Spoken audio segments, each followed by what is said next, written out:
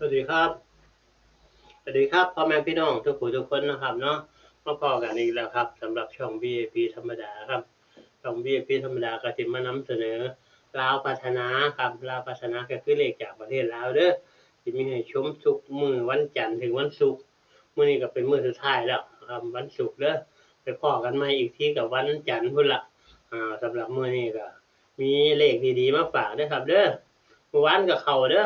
เมื่อวานเข้าไผรวยแน่เนาะไผรวยแน่เนาะไผได้แน่เนาะไผได้บ่ได้จังไดคอมเมนต์มาหน่อยเด้อครับเด้อสมมุติว่าเราบอกถูกเนี่ยเราบอกถูกแล้วสมาชิกบ่ถูกบ่ได้เงินเลยนี่จับบ่ถูกนี่อยากสิเอาไปแก้ไขว่าสิแก้ไขบอกวิธีจังไดจังไดจังค่อยสิถูกประมาณนี้จังค่อยสิได้เงินบ่แม่นบอกเลขถูกเข้าอยู่แต่ว่าบ่มีไผได้เงินจากคนเลยนี่มันก็บ่ดีใจว่าซั่นดอกเป้าหมายก็คืออยากให้ทุกคนได้เงินนะครับแบ่งปันจากเจ้ามือนะครับเนาะครับ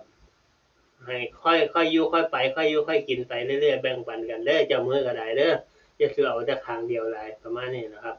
ขอบพระคุณสมาชิกทุกท่านหลายๆที่มาเข้ามาชมนะครับเมื่อวานได้ออกเลยเนาะเมื่อวานนี่โชคดีกันทุกคนแล้วก็ขอบคุณสมาชิกหลายๆท่านนะครับเด้อโอนเงินมาให้ค่าไฟค่าเน็ตค่ากาแฟแล้วมาให้อาจารย์เป็นกำลังใจเพราะว่าอาจารย์บ่ได้ซื้อน้ำดอกเพราะอาจารย์คำนวณแล้วก็ลงให้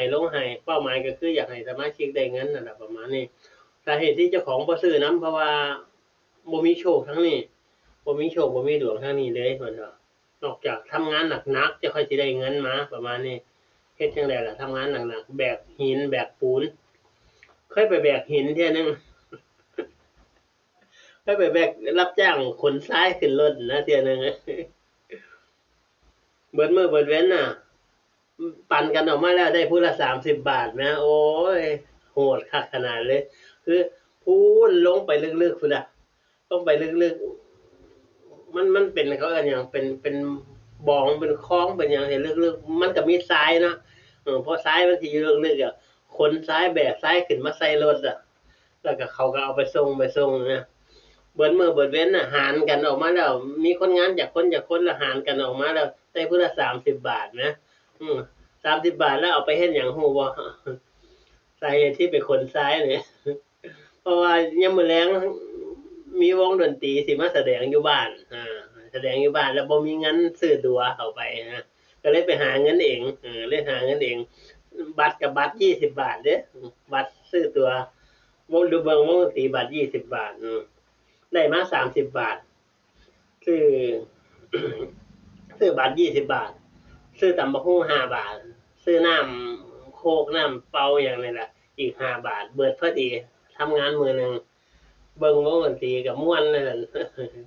อ้าวเว้าซะหลายเด้บัดนี้ยามเลขเข้ายามเลขเข้ามื้ออื่นขอให้ได้เว้าอีกเด้อขอให้ได้เว้าอีกเด้อเลขเข้าอีกเด้อ3 นาทีแล้ว เอามาเบิ่งสิ่งที่น่าสนใจอีกอย่างหนึ่งแล้วกันนะครับแจ็คนะครับแจ็คเสียบชาร์จสายไฟเด้อชาร์จสายชาร์จโทรศัพท์ชาร์จอย่างจังซี่ล่ะประมาณนี้นะครับหัวชาร์จเร็วสายชาร์จเร็วนะครับก็คือไฟเข้าเร็วนั่นแหละประมาณนี้นะครับตามนี้นะครับคุณภาพสูงนะครับนะครับชาร์จแป๊บเดียวก็เต็มแล้วประมาณนี้เฮ็ดให้เฮาบ่เสียเวลาโดน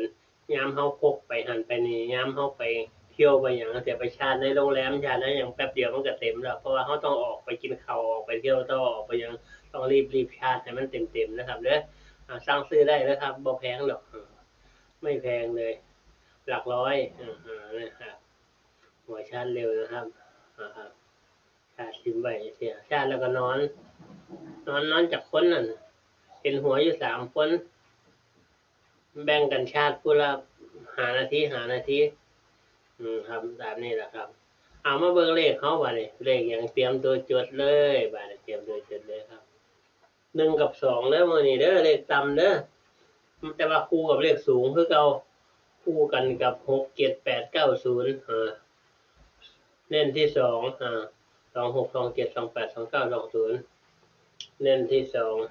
2มันนี่ระวังมัน1มาเด้อบ่แม่นว่าอาจารย์เน้นตัวใดก็เอาเฉพาะตัวนั้นก็เอาตัวอีกตัวนำแหน่อย่าทิ่มล่ะครับ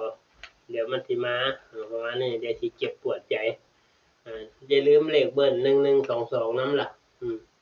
ถ้ามันเลขมันสิมาเบิ้ลก็คืออาจสิเป็น66 77 88หรือ1122เท่านั้นนี่นะครับครับก็ขอบพระคุณสมาชิกหลายๆนะครับเด้อครับทำนี้ก่อนเนาะทำนี้กันเดียว